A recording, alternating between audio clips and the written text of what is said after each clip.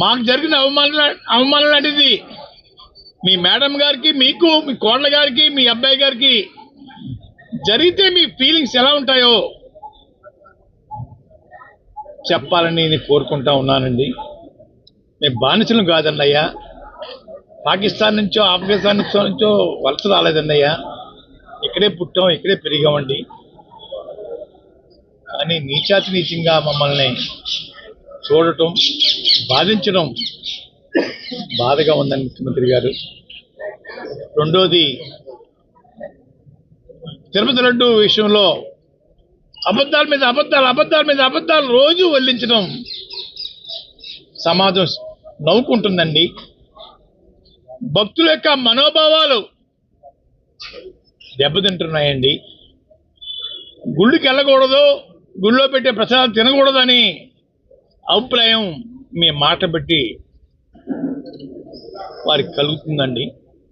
ఎప్పటికైనా మించిపోయింది లేదు. ఆపేయండి మీ అబద్ధాలని ఆపేసేసి గౌరవంగా క్షమాపణ చెప్తే బాగుంటుందని అనిపిస్తూ ఉందండి. క్షమాపణ లేకపోయినా పర్వాలేదు,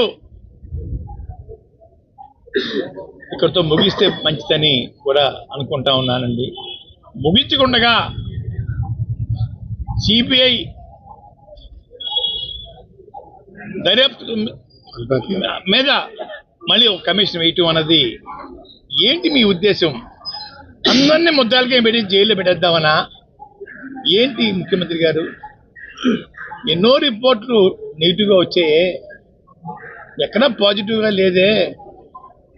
మాటికి గొడ్డు మాంసం అని, పంది మాంసం అని, చేప కొవ్వు అని, ఆవు కొవ్వు అని అబద్ధాలు వల్లిస్తూ ఉన్నారు. ఆపండి ముఖ్యమంత్రి గారు, దేవుడి మీద భక్తి పోతా ఉంది అయ్యా, ఇది మంచి పని కాదు. అధికారం ఇచ్చారు, మనకి ఇచ్చాడు కాదండి, రాష్ట్రం ప్రజలు ఇచ్చారు ఒకసారి అవకాశం, మళ్ళీ పోయింది, మళ్ళీ ఇచ్చారు, సద్వినియోగం చేసుకోండి ముఖ్యమంత్రి గారు, బాధించకండి.